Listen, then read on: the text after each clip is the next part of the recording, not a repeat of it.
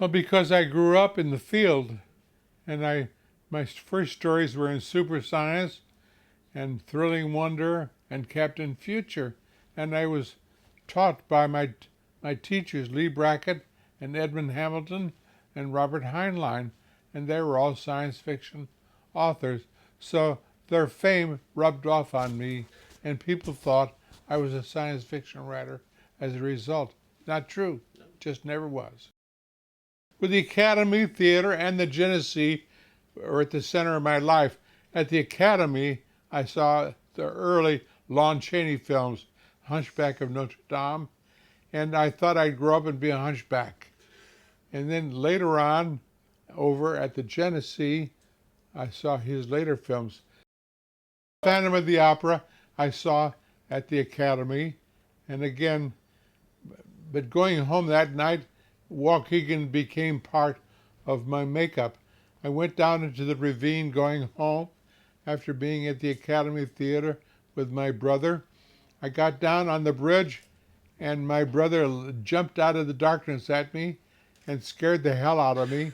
And I ran screaming all the way home, and my father got my brother and beat the hell out of him.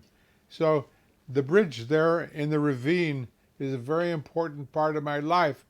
And my new book, Farewell Summer, which is being published in one more month, has the ravine in it. And the whole dramatic urgency of the novel is in the ravine around that bridge, which I crossed when I was 5 years old. All of this, you see, goes back to the fact that when I was 12 years old, there was a carnival down by the lake. And I went there on a Friday night before Labor Day, and Mr. Electrico was there in his electric chair, and they announced they were going to put 1,000,000 volts of electricity into his frail body. They pulled a switch, and his body was galvanized with electricity, and he took a sword, and he reached down in the audience, and he came to us kids there, all of us 12 years old, my friends and myself, and he saw me, and he put the sword on the top of my brow and on my nose, and he shouted at me, "Live forever." So I thought that was a great idea. So the next day, my favorite uncle had died a few days before.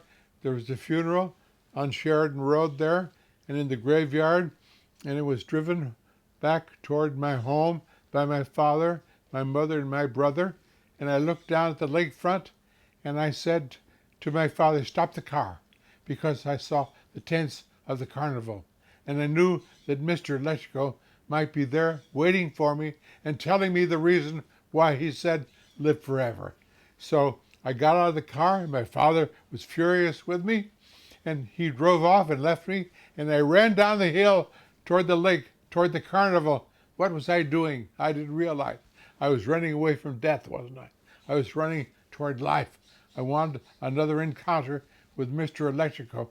So I got down to the tents, and by God, Mr. Electrico was sitting there on a bench as if he were waiting for me.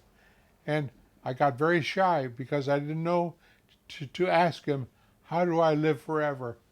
But I had a magic trick in my pocket, and I took it out and I handed it to him. I said, "Mr. Electrico, can you teach me how to do this?" So he took the trick and he showed me how to do it. And then he looked in my face and he said, "How would you like to meet my friends over here in the tent?" So I said yes. So he took me over to the tent and he hit it with his cane and he shouted, "Clean up your language, clean up your language." And he took me in to meet the illustrated man, the fat lady, and the skeleton man, and the acrobats. And he took me down to the beach there on the lakefront of Michigan. And we sat on the dune, and I let him talk his small philosophies, and he let me talk my big ones, because I was 12 years old, and I was full of philosophy. So quite suddenly he looked at me and said, "You know, I saw you last night, but now you're here today, and you're my old friend come back." I said, "What do you mean?" He said, "You were in a big battle outside of Paris in 1918, and you were wounded, and you died in my arms, my best friend. But now you're back. You're in a new body, You've got a new name, but the soul shining out of your face is the soul of my dead good friend in Paris in 1918. So I was galvanized by this, the thought that the night before he said live forever, and now he was telling me I'd already lived. In 1918, he gave me 2 lives. So I said goodbye to him, and I wandered off through the carnival, and I came to the carousel, which was turning around and around, and the horses were running toward the future, and the music was playing Beautiful Ohio. And I stood there by the carousel down by Lake Michigan in Waukegan, and I wept, tears running down my cheeks, because I knew I was becoming a writer. The next day, my family traveled to Arizona, and when I got there, a week later, they bought me a dial typewriter, and I began to write my first short stories. And from that day on, for the next 75 years, I wrote a short story every day during all of my life, which began in Waukegan, down at the lakefront with Mr. Electrico. The more that you write, the better you get. You start out in a very primitive state, and it's by repeating yourself. It's like being an athlete.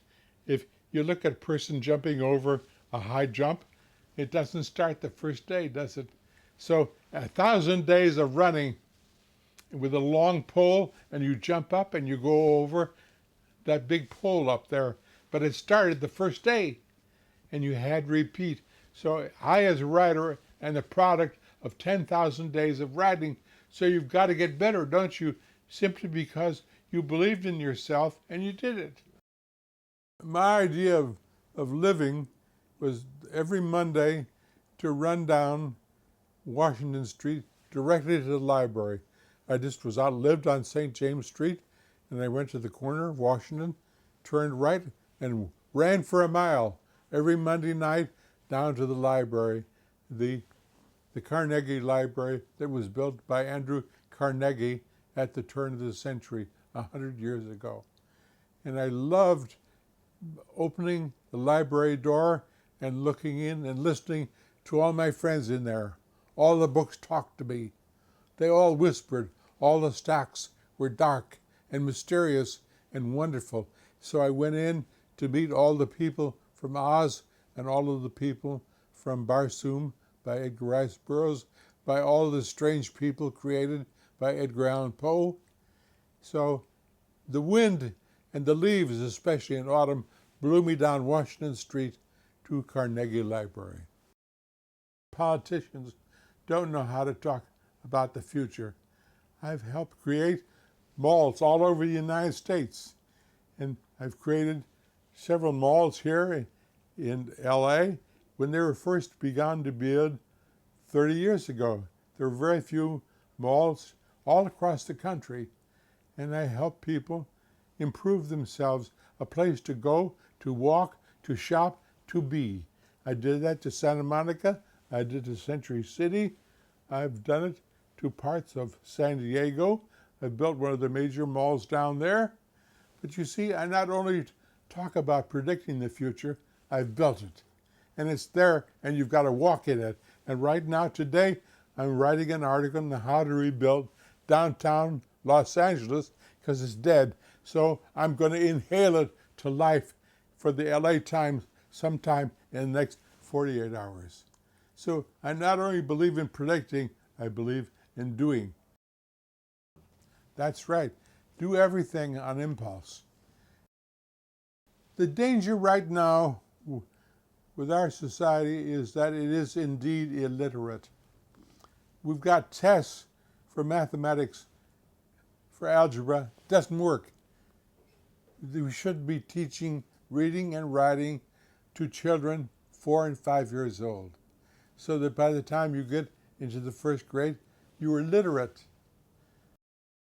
It's too late because kids are not enthused about learning to read when they're 7.